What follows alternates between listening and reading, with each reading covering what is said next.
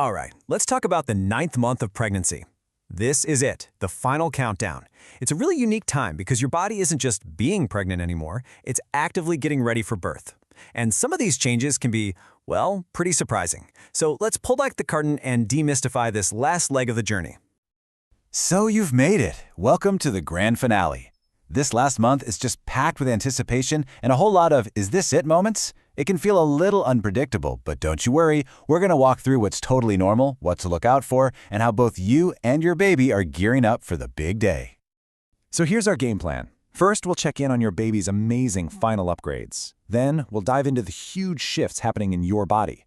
We'll run through a super practical medical checklist. Then, we'll get into the big one, decoding the difference between real labor and false alarms. And finally, we'll nail down exactly when it's time to go. First things first, let's talk about the guest of honor, the whole reason we're here. Your baby is getting ready for their big debut, and honestly, the last-minute preparations they're making are nothing short of incredible.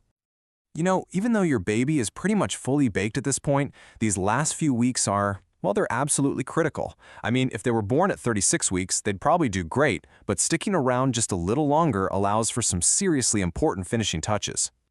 I mean, just think about all this happening at once. Their little lungs are maturing, getting ready for that very first breath of air. Their brain is firing on all cylinders, making new connections like crazy. The nervous system is running drills, practicing coordination, and they're packing on a layer of fat to stay warm. It's a busy time in there.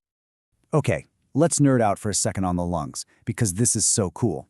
They're producing more and more of this stuff called surfactant. The best way to think of it is like a slippery coating for all the tiny little air sacs in the lungs. It keeps them from sticking together when the baby breathes out, which is vital for making those first few breaths outside the womb so much easier.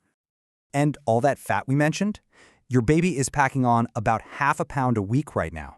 That's incredible. And it's not just for looks, though it is responsible for those impossibly cute chubby cheeks. It's crucial for regulating their body temperature and giving them energy reserves for the first few days. And get this, your baby isn't just passively waiting around. They are actively practicing for life on the outside. They're swallowing, blinking their eyes, and even listening. They can hear your voice, your partner's voice, everything. So seriously, talk to your baby. Sing them a song. They're already getting to know you. Okay, enough about the baby for a second. Let's talk about you. While your little one is getting those final upgrades, your body is going through its own grand finale of changes, and that means physically and emotionally. Let's be real. If you're feeling any of this, you are in a very good company. That heaviness, that pressure in your pelvis, totally normal. The feeling like you have to pee every 5 seconds. Yep, the hip pain, the back pain, and sleep feeling like a distant memory. All classic signs that your body is getting ready. And you can thank a little hormone with a very on-the-nose name for a lot of that achiness, relaxin. It does exactly what it sounds like. It relaxes your ligaments, especially around your pelvis, to help it open up for birth. It's a superhero for labor, but man, it can make your joints feel super unstable and sore beforehand. So what can you actually do about it? Well, here are a few things that can make a huge difference. First, try to avoid any sudden, jerky movements. When you're getting out of bed or out of a car, think knees together. It helps stabilize your pelvis. And trust me, sleeping with a pillow between your knees is an absolute game changer. A good support belt can also be a lifesaver during the day. And then there's this other thing that might happen. You might wake up one day with this primal urge to clean all the things and organize the entire house. That, my friends, is nesting. It's your brain's totally normal way of preparing your space. My advice? If you got the energy, just roll with it.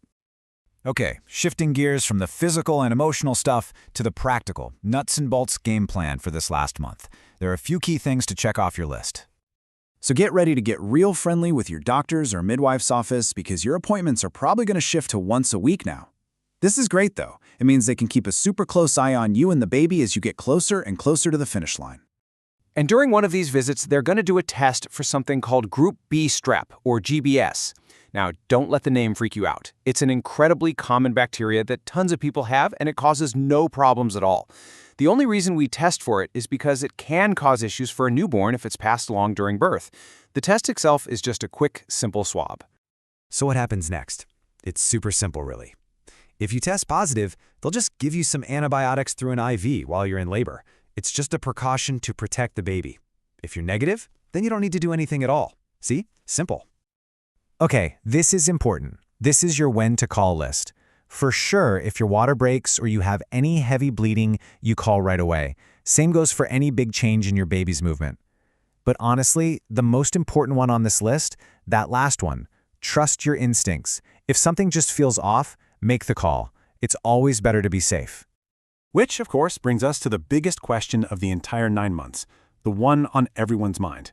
With every little twinge and tightening, you're asking yourself, is this it? So let's decode those signals. Here's the main difference you need to know. Think of Braxton Hicks as your body's dress rehearsal. They're like practice drills for your uterus. They're irregular, they don't really get into a rhythm, and they often go away if you drink some water and lie down. True labor? That's opening night. Those contractions are the real deal.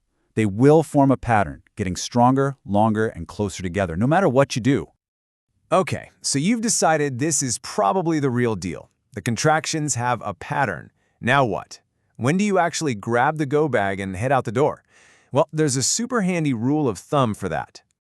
It's called the 5-1-1 rule, and it's so easy to remember. You head in when your contractions are coming every 5 minutes. Each one is lasting for about 1 full minute, and this pattern has been going strong for at least 1 whole hour. 5-1-1. Now, and this is a big but, 511 is a guideline, not gospel. Your number one rule is always call your provider first. Let them know what's going on. They might want you to come in sooner, especially if you've had a fast labor before. And of course, if your water breaks or you have any heavy bleeding, you go in right away, no matter what your contractions are doing. Look, you've done the work. 9 long months of preparing, of growing, of learning. Your body knows what to do. Your baby knows what to do. And now, you know what to look for. You've got the knowledge and you've got the plan. The end of this journey is here, which leaves just one last question. Are you ready for the incredible new beginning?